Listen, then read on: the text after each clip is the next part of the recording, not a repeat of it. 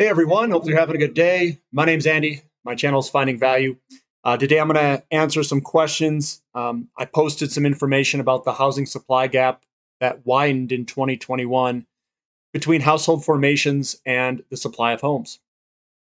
One of the questions is, why didn't they build over all this time? And it deals with the new housing starts and the new home builds.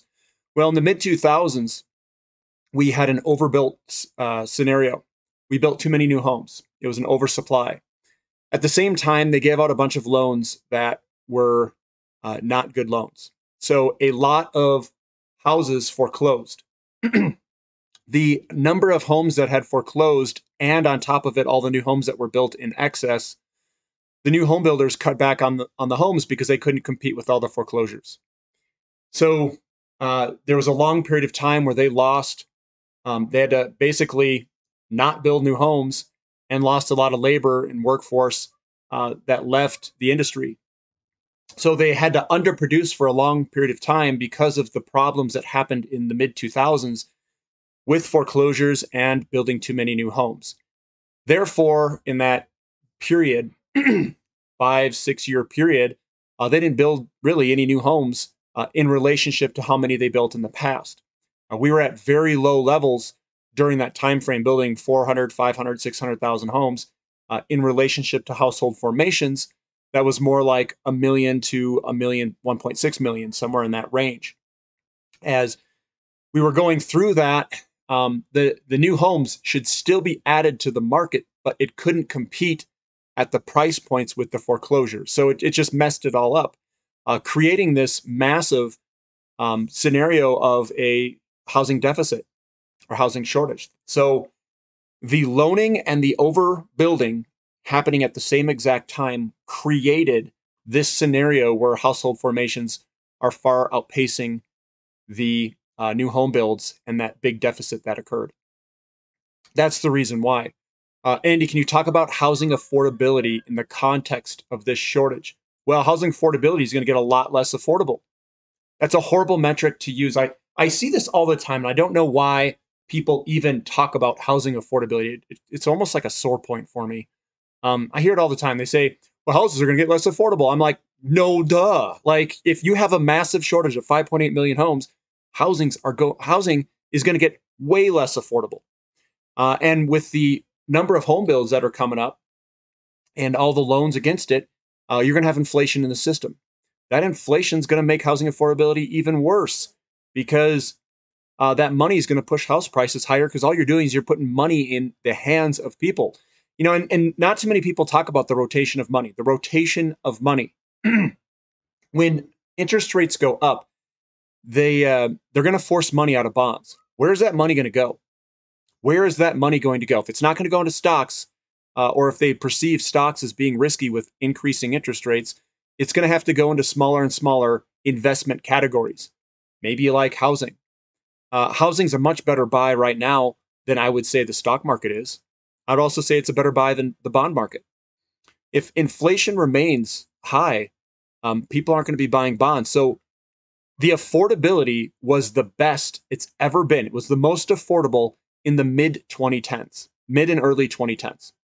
So 2010 to 2015, housing affordability has never been this affordable ever I think ever in the history of America.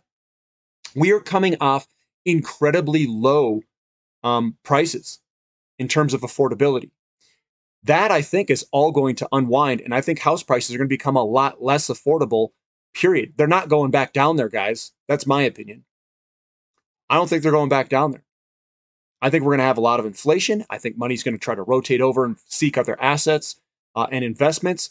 And with the deficit that there is, we're going to have to price people out. We're seeing rent prices go ballistic too. The house next door to me was renting for over $3,000 a month. That's a lot. I can buy my house cheaper than that. If I didn't own a home right now, I would be looking at potentially buying a house. And why do I say that? I don't look at the affordability. I look at my options. What are my options? Renting a house at $3,000 a month, $3,200 a month, $3,300 a month, or just buying a place, locking in my costs for $2,700 or $2,500. I'd go buy. That's what I would do. And I'm seeing it everywhere. Everyone's buying. It's like the options that people have today. It's, do you rent or do you buy? And if the rent prices are going vertical, a lot of people are starting to buy. Anybody who can afford to buy is going to buy. That's what I'm seeing personally. There's some people who are in different situations where they have multiple people renting out a single house. Maybe there's 4 or 5 people and they all split it up. Then, it's not that big of a deal. If you have 5 people in a house and you're all paying $500, that's $2,500 rent. Not a big deal. And your utilities split 5 ways. That's what people are doing. But if you're a head of a house, someone like me, and you've got people depending on you, and you've got a family and whatever. I mean, I bought a while back. I saw this coming. Now, a lot of people are talking about the prices of everything going up and a house prices pulling back. I don't try to make predictions. I do not try making predictions. I don't even think housing affordability is something that I would even look at, because it doesn't matter. What I would look at is inventory, house prices, and days on the market. That is where your answer will be. You'll see where the unaffordability is. You'll see where the people consider the prices to be too much. And that's where you'll see it. You'll see home prices start to level off. You'll see your inventory start to climb. You'll see your days on the market go up. Here's the thing. Me going over that information on the last one, we haven't seen it yet. So I don't try to make the prediction. I try seeing it in the data, and we have time to react. So all these guys that are making predictions, I don't believe them. I was listening to Garrett Soloway. He was saying that home prices were going down. I'm like, that's not the data that I'm looking at. Cocaine's a hell of a drug, but I mean that it's so. I mean, if you were to look at, so what I look at is Realtor monthly trends, and we can look at February. We could do 2022. February was the one, so they came out with February. Since we're talking about housing and whatnot, her name is Sabrina Spanu, whatever. She's the one here. Let me get myself out of the way, and we can just go over it. Your inventory is continuing to decline. It's down about 25% in February of 2022 last month. So your active listing count's down 25% from last year. Your newly listed homes, I'm not too worried about that. Your days on the market continually are dropping 47 days. And then your list price is up 13% year over year. I don't know what data that these people are looking at. And I saw Michael Gayed came out too. I listened to his and Gareth, and they're like, a housing crash is coming. It's like, guys, we don't have any inventory. Now, this can change, and we'll see it in the data.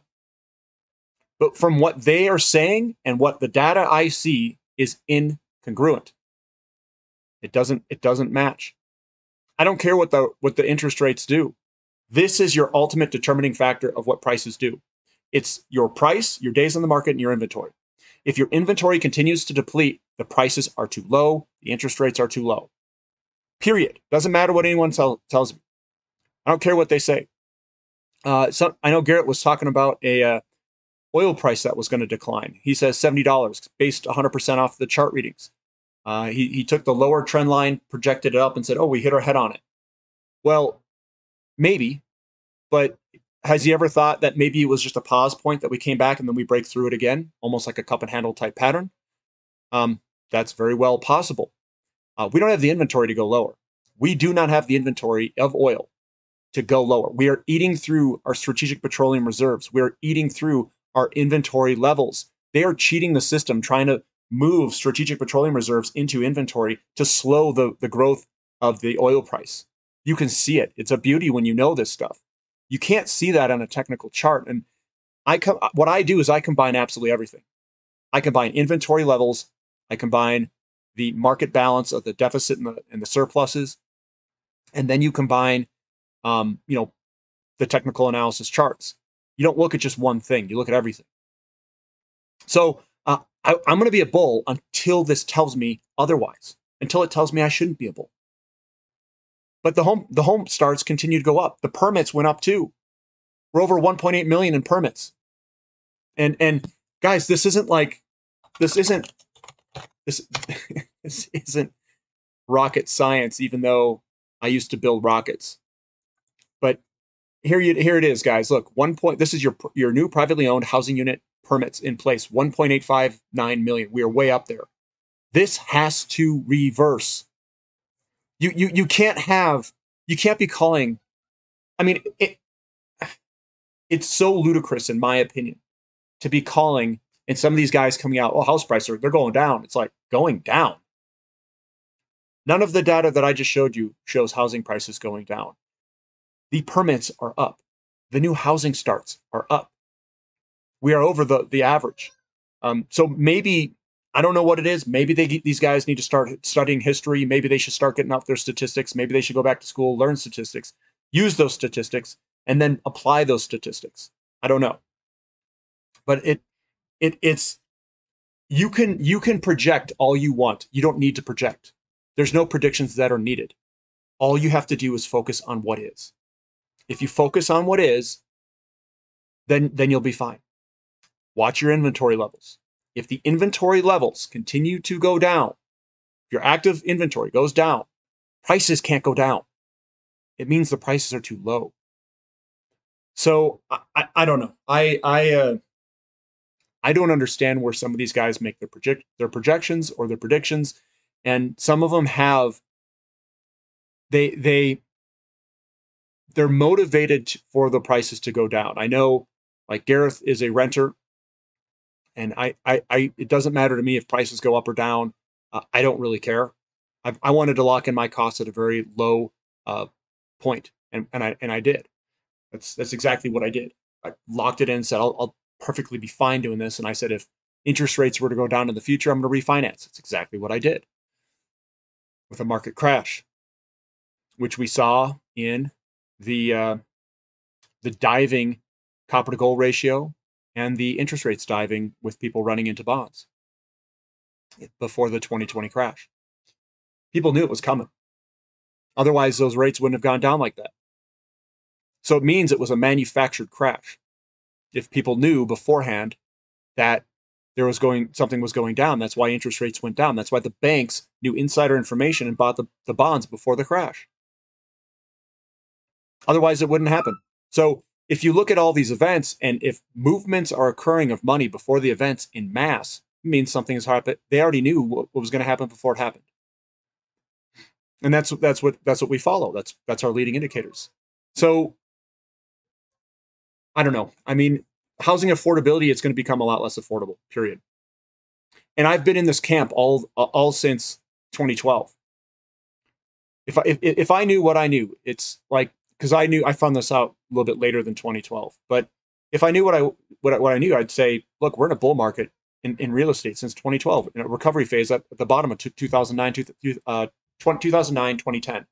Recovery market all the way up to 2016, 2017. Then we went into an expansion phase of real estate, and we're still in that expansion phase. It will last for some time. The commodity bull market will last as long as the liquidity is flowing into the market. That's what we've seen in the past. Housing starts is the leading indicator of that recession or crash.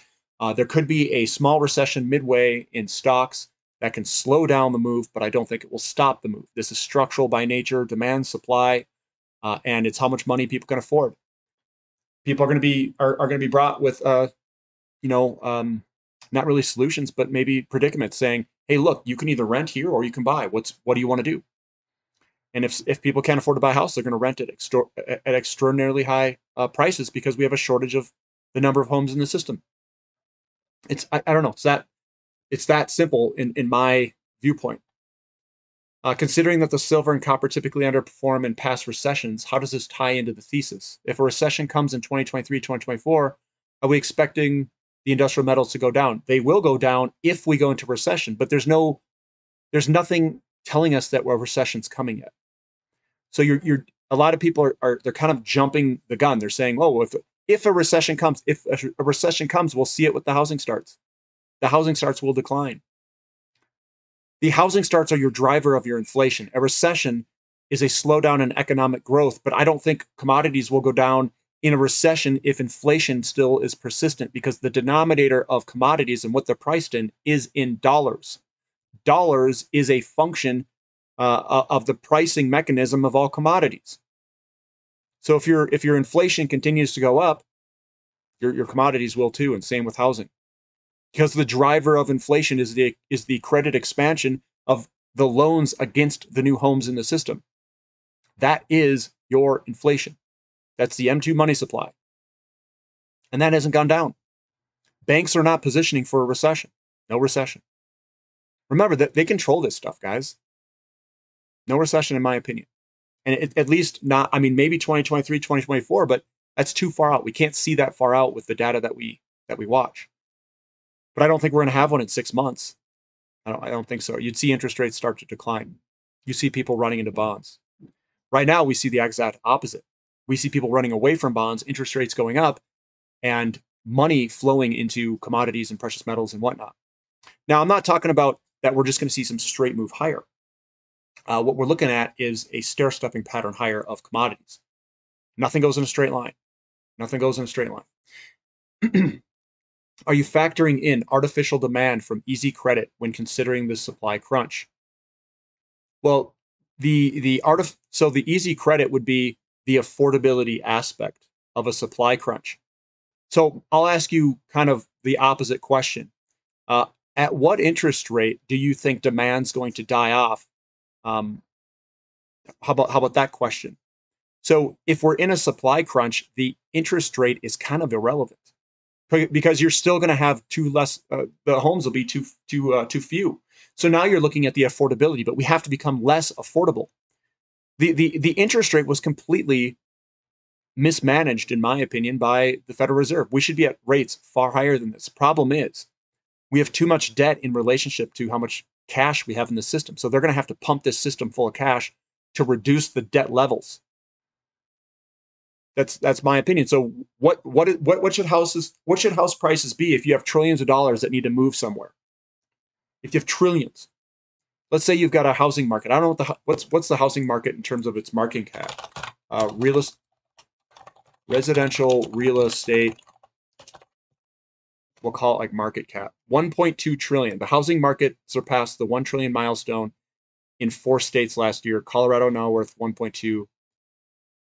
How much is the U.S. real estate market worth? The market size measured by revenue of the unit brokers is 202.6 billion in 2022.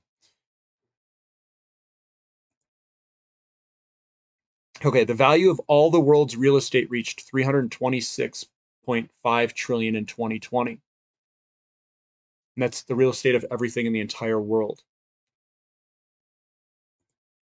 7.8 trillion in California cumulative. So it's in the trillions. But what happens if a whole bunch of money tries to move that is in the trillions into these markets? It can't absorb it. Prices have to go up. And we're seeing it with inventories go down. So, I mean, guys, you don't have to do any predictions. You don't have to worry about any of this stuff. Watch active inventory, the active listings. That's all you got to do. Watch active listings. If they're going up or if they're going down, which they are, house prices have to go up. They can't go down, guys. They can't go down until you hit 6 months of inventory. Looking at the data, if you look at some scatter plots and you look at the historical price, I don't think we've had a single year where we've been under 6 months of inventory and house prices went down. 0 times in history. So if we are far below 6 months of inventory, what is the probability of house prices based off history going down? The probability is 0 so far. 0. House prices will go up until you hit 6 months of inventory. Then they have the possibility of going down. Possibility. They won't necessarily go down. The possibility. So that's what we have to watch. Inventory. And they'll give us plenty of time. And right now, we have active inventory down 25% below the year before. Guys, the people who are making these claims, I don't know. I think they're ludicrous. Absolutely ludicrous. They haven't studied history, in my opinion. And all you have to do is watch inventory. And days on the market, it's going faster. So it means we have less inventory and the homes are moving faster. We're just not there yet. And this has to reverse, and it's going to take some time. We're probably at least a year or 2 out where home prices would actually go down. That's kind of my guess. So recession, not from housing. At least not at least probably not at least 1 or 2 years away. At least we're probably more like 3, 4, 5 years away. This market's far more resilient than what I think people are giving credit for. But you know what? That's what I see. That's the way that I measure things. As I look at inventory, and the inventory will tell us what the supply demand relationship balance is.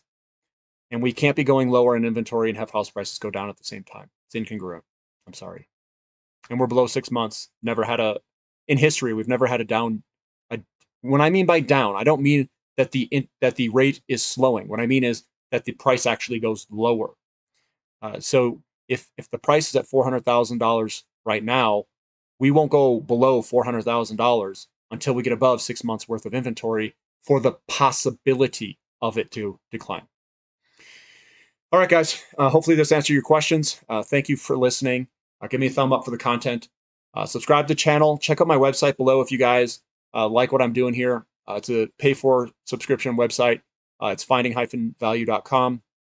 You'll probably have to type it in. I don't know if you can search for it in Google. It might not find it. But I go over all this stuff, and we talk about market balances, deficits, inventories, and all this stuff. Thank you for listening. This is Finding Value.